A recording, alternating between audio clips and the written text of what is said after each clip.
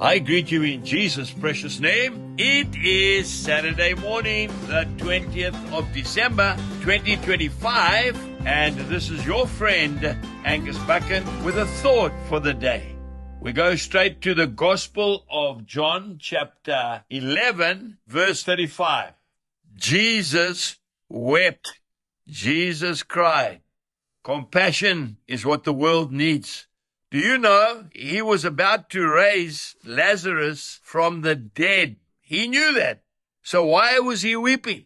Because he had compassion when he saw how they were mourning because of the death of his friend Lazarus. This world needs compassion. Compassion is another word for understanding. It's another word for being concerned. It's another word for kindness, for being sensitive. Folks, William Booth, the founder of the Salvation Army, he sent his soldiers out all over the world to tell people about the love of Christ. He sent some to far-off countries. He got a letter back from one group of the Salvationists. They said, "We've tried everything here. We've tried preaching the gospel from Genesis to Revelation, but we are hitting a brick wall. We are not getting through. What must we do?" He wrote a letter back, and there were 2 words on that letter. Try tears.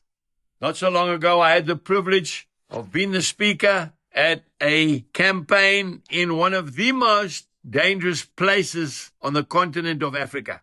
I'm talking about the Cape Flats in Cape Town, where there are gang wars, and the men were killing each other. Up to 20 men getting shot dead in a weekend. Some people told me not to go there, you'll get killed. I said, no, Jesus has opened a way for us and we are going. I will never forget the love that I experienced in that place.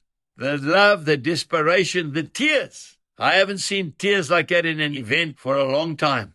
I walked off the platform and I walked up to the barrier just to hug these men. They were kissing me on the neck. They were telling me they love me. And as we were trying to get out of the stadium, we had people around us to try and make a way for us. There was one young man who would not take no for an answer.